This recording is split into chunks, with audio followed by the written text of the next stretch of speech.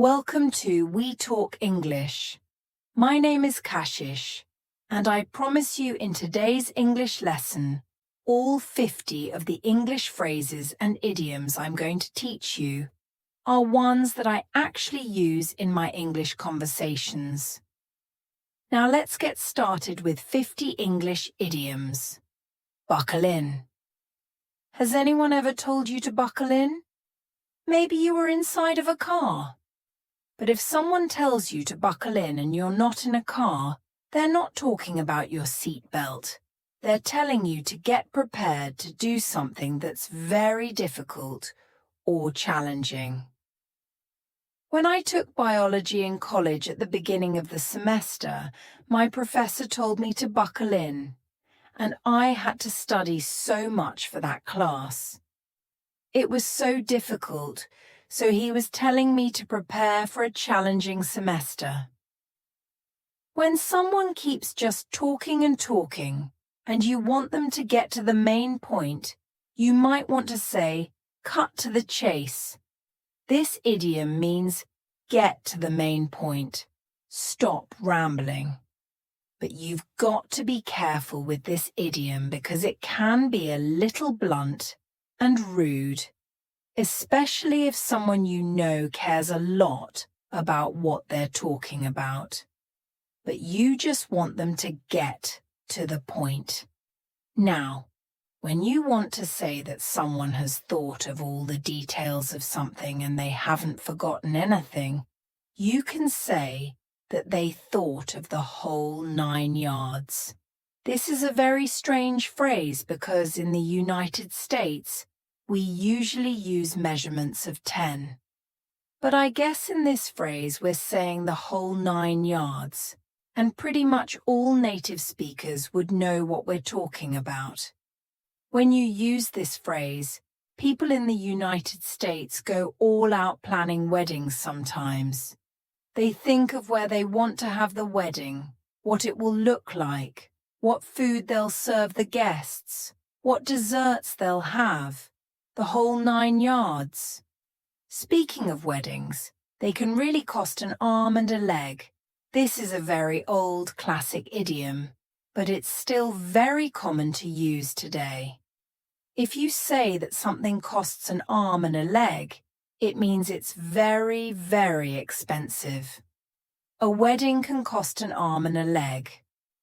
Now, I'm an English teacher, but if you ask me, do British people say this phrase a lot? I will tell you, you are barking up the wrong tree. The phrase to bark up the wrong tree means that you're pursuing the wrong thing. You have made a mistake in thinking that I would know what British people commonly say. But I've never been to the UK. I've only met a handful of British people in real life. In the United States, of course, I've seen many online, but I would not know what they say. So you're just barking up the wrong tree. When you make a mistake or inquire with the wrong person about something, you might be barking up the wrong tree. The most common idiom to say that someone is sick in English is to say that they are feeling under the weather. You can simply just say Kashish is under the weather today. That means that I'm sick, and yes, I'm talking about myself in the third person here. There are, of course, other idioms to say that someone is sick, but this is the main one that I want you to remember.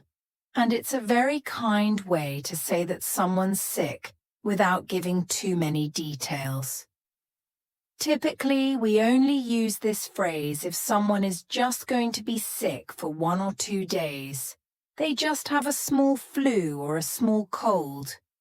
If someone is very sick, maybe they have cancer or another disease, you would not use this idiom, under the weather. You would just say you know they have a disease or they have an illness. If you want to say that something is very common and easy to come by, you can describe it as a dime a dozen. I think of this idiom when describing cards. People collect baseball cards, football cards, and Pokemon cards. There are all sorts of cards that people collect, and the idea when collecting these cards is you buy a pack, open it, and hope to get some rare card. But typically, you just get the common cards that are a dime a dozen. So this is the idea that you could just buy a dozen of these cards for a dime, which is very inexpensive. If you want to say that something is just generally very common, very cheap, and very easy to find, you can say it's a dime a dozen. Now, this idiom is very commonly heard in the United States, especially on television shows and in movies. But I don't personally say it a lot, so you should know what it is because you'll hear it frequently. The idiom is "cat got your tongue?" If you want to question why someone is being silent, or maybe you think that they don't have a response because they're feeling sort of guilty, you can say "cat got your tongue." This is a very sassy way of saying, why aren't you speaking? Do you feel guilty? Do you feel bad? So I think this is why you'll hear this on a lot of television shows and movies, because people are being very dramatic in these situations. If you need to say that there have to be two people involved to either solve a problem or cause a problem, you can say it takes two to tango. The tango, of course, is a very popular dance that takes two people to do, and we use this idiom to say it takes two people to do something.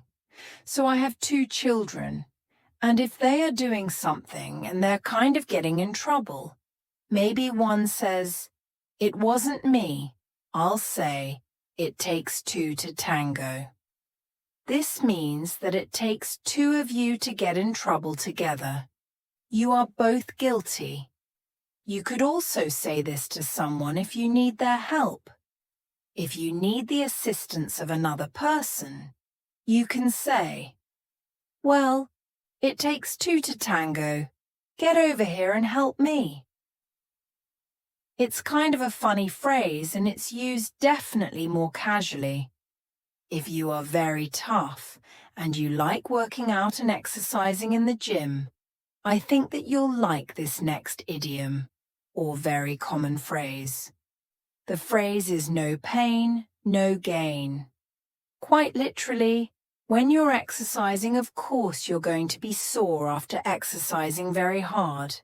Maybe you lifted really heavy weights, and your muscles need a few days to recover. If you're sore and you have pain, you're probably going to gain a lot of muscle. Now, this idiom can also be used in situations where it just takes really hard work to do something. Like maybe you are taking a long time to finish a paper for school. You're working very hard. It's kind of unpleasant, but no pain, no gain. This means if you don't work hard and make sacrifices, you're not going to have gains or successes. When you want to say that someone needs to confront a fear by doing something that they're scared of, you should tell them to take the bull by the horns. Now, this is the idea that quite literally if you're afraid of a bull, they have horns on their head. You could grab them and try to ride the bull. But this is obviously used very figuratively, very idiomatically. Let's say you're afraid of public speaking, but you sign up for a speech class. You are really taking the bull by the horns. You're facing your fears. This next phrase is so common. I use it all of the time. When you're talking about someone and they enter the room and you were not expecting them to come into the room and you want to say, I was just talking about you, it's more common to say, "Speak of the devil." Now, you might see this as kind of rude, but it's just so common here to say "speak of the devil." I think the full phrase is "speak of the devil and they will appear." So you're talking about this person and they come into the room unexpectedly. You can use this phrase if you want to say that something is impossible to believe without actually seeing it for yourself. You can say the phrase, seeing is believing. I had a friend who had never been to New York City, and they said, I don't think it would be that great to ride the subway each day. I don't think it would work very well. I could say to them, well, seeing is believing. Once you see it, you'll believe it. Because the public transportation in New York City is much better than anywhere else in the United States. So if you go see it for yourself, you'll understand what people are talking about. Instead of just telling someone to give up on something, you can say that they should just throw in the towel. In fighting, if the fighter is getting too weak and you can tell that they should not be fighting anymore, your team or your coach will throw a white towel. That means you give up or surrender. So this phrase comes from that idea. If you give up on something, you can say, well, I'm just going to throw in the towel. When I was a kid, I really hated playing basketball at first. My first few seasons, I was really terrible. I didn't find it fun, and I just said, I want to just throw in the towel. But my mum wouldn't let me quit in the middle of the season, so I couldn't just throw in the towel. I had to keep going, but I actually ended up really liking basketball, and I played for many more years after that. So I'm glad that she didn't just let me throw in the towel. If someone is being very stubborn and not changing their stance on something, or they won't change their idea very easily, then you can say that they really are putting their foot down about something. When my kids watch TV, I'll say, okay, after one episode we're turning the TV off, and I'm putting my foot down about that. That means I'm going to be very firm, very stubborn about it. There's no more asking, hey, can we watch one more episode? Because I think too much TV turns my children into, I don't know, just kind of crazy kids. So I put my foot down about that. I'm very strict about it. In the United States, the Kansas City Chiefs just won the Super Bowl. Now, when a sports team here gets really good, they get really popular, and a lot of people start to become fans, or they jump on the bandwagon. This just means that when something becomes popular, then you become a fan of it. Typically, when someone in the United States is a fan of a team only because they're doing well, we call them a bandwagon fan. That means they're not a true fan. They weren't a fan of the team when they were doing bad, only when they're doing good.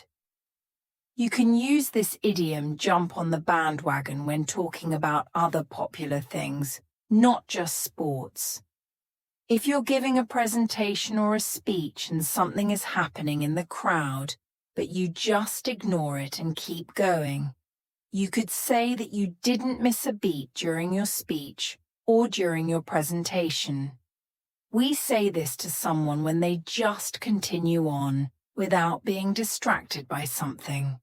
Typically, we use this idiom to give a compliment, like even though there was a distraction, you didn't miss a beat. You just kept going. One of my favorite ways to say that you're going to change your direction or you're going to change your approach to something when you're having a problem is to say, wow, you really flipped the script. Let's say you're a teacher and you have a student in your class that is failing the class. They're doing really terribly. Suddenly, they start studying, they start showing up to class and asking a lot of questions. You could say to that student, wow, you really flipped the script. Your grade is turning around, and you're really trying now.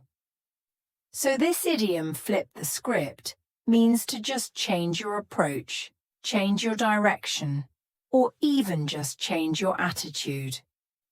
When you talk to people who are engineers, they are very smart. They're very passionate about what they're doing. But sometimes when you talk to them, they can really just get into the weeds on the topic. If you're not knowledgeable about their type of engineering, let's say they're a computer engineer, well, you're not going to know what they're talking about, and you're going to say, all right, you're getting a little bit into the weeds. This means they're talking about really small technical details that you don't need to know because you don't understand it. So if you want to tell someone to just keep the conversation very general or, very understandable for you, you can say, hey, we don't need to get into the weeds here.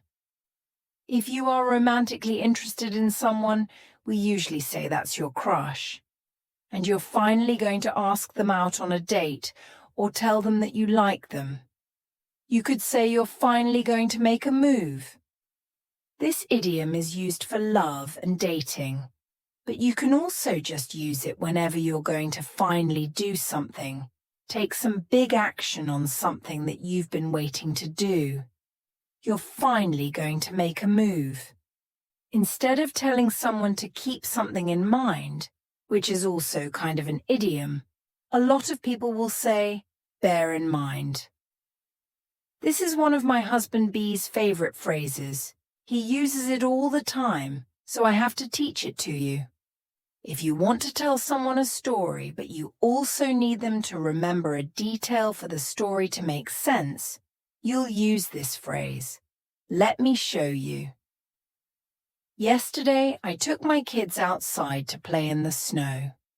Bear in mind it was freezing cold, so I didn't stay out there for very long. So instead of just telling you a story about playing with my kids outside in the snow, I need you to bear in mind, or remember, that it was very cold because it was pretty unpleasant to be outside. Even though my kids did not care. They were having so much fun. When you first learned English, of course you'll just learn basic sentences, basic verbs, basic nouns, basic greetings.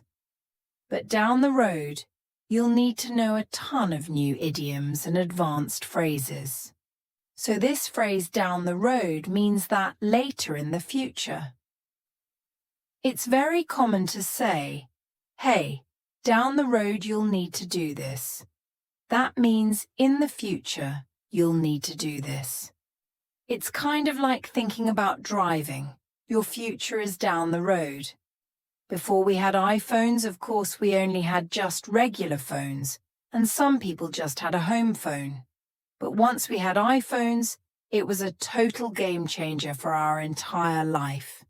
So this phrase, a game changer, is used to describe something that either really positively impacts things or it kind of throws a big challenge for things. It's some detail that either changes things for the good or for the bad. In the case of iPhones, you could argue that it was a positive game changer because now we can communicate so easily. But you could also say it's a negative game changer because people spend too much time on their smartphones. So use this phrase, game changer. It's a really good one. One thing that I say to myself when I feel stressed out, when I feel just kind of sad or angry, but I need to just focus on what I'm doing is, get it together. Get it together, Kashish.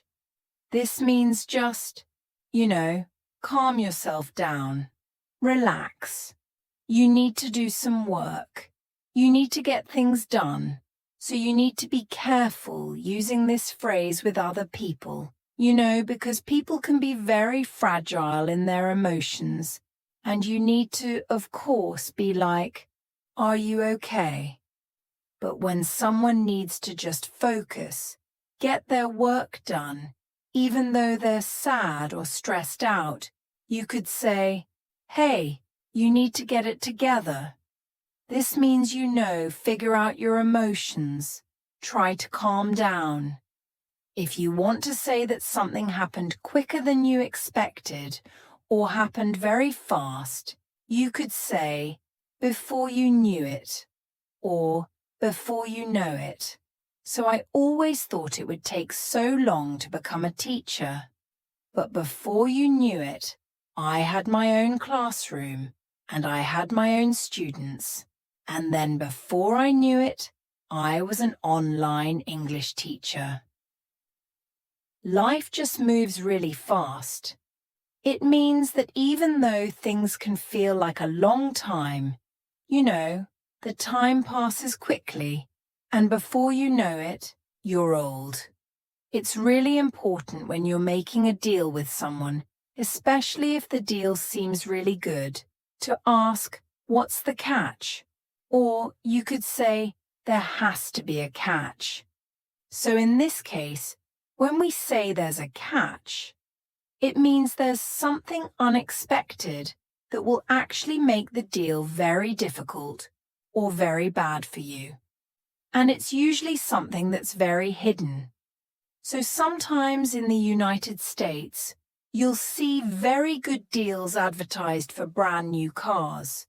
But the catch is that you're going to have to pay a lot of interest on your car payments. So the car is actually going to cost a lot more than you expect. There is always a catch when a deal seems too good. That means there's always something hidden that you will have to do that makes it challenging. My favorite idiom to say that two people or two things go along very well together is to say they're like two peas in a pod. This is typically used just for people. If you think that your friends who are boyfriend and girlfriend just work very well together, they're good friends, they're good in their relationship, you could say, "You two are just like two peas in a pod." It's just a very cute phrase that means you go along together very well. One thing that's really common on American television is home remodeling. They take somebody's house or a room in their house that's pretty ugly, pretty basic, and they actually transform it into a beautiful new room. Now they show the new room to the person who owns the house, and the person always says, "Ah, I can't believe my eyes." Or, they're just saying, "I cannot believe it because it's so great." Also, you could use this phrase if something was really bad, like, "Oh, I can't believe my eyes," how bad it is. If you want to say this phrase to someone else, you'll say, "Can you believe your eyes?" That means it's either really good or really bad. Of course, there's a lot of context to this phrase that's needed, but it's very common to say when something is astonishing, "You can't believe it." The next two phrases are very common to say when you have two difficult choices, and you don't even really want to choose between the two, but you have to choose. So the first phrase is to say, "I'm between a rock and a hard place." And the second phrase is, "I have to choose between two evils." These are both very common phrases to use when you have to make a choice, but you don't really want to choose either option. So maybe your mother and your girlfriend both want to spend time with you, and if you say no to your mum, you're going to disappoint your girlfriend. And if you say no to your girlfriend, you're going to disappoint your mum. So you could say, "I'm between a rock and a hard place." Now, you wouldn't really say, "I have to choose between two evils," because in this case, both choices are okay, but you're just going to disappoint someone. If you have two bad choices that you can choose between, you might say, "I'm between a rock and a hard place." But if both options are not that bad, you would just say, I have to choose between two evils.